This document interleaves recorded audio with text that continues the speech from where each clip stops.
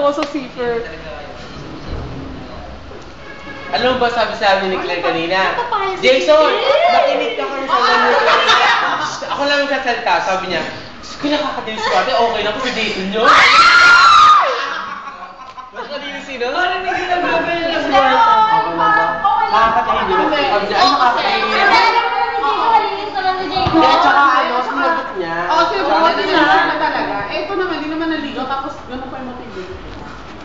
Balikan na! Balikan na! Paano ba magkulang? Magpalibre ka sa pala ko. Wala sa Express. Paano magkulang si Oli? Magkulang? Magkulang? Kinulang na natin ito. Kaya pala mukha siyang mababarang. Mukha siyang mababarang. Uy!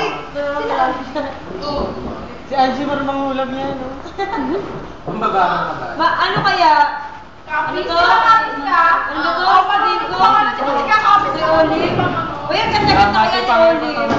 Tapos sabihan mo ng makukulang. Sabi niya makukulam siya. Si Olive, hindi ah. Makukulang si Olive. Hindi ah.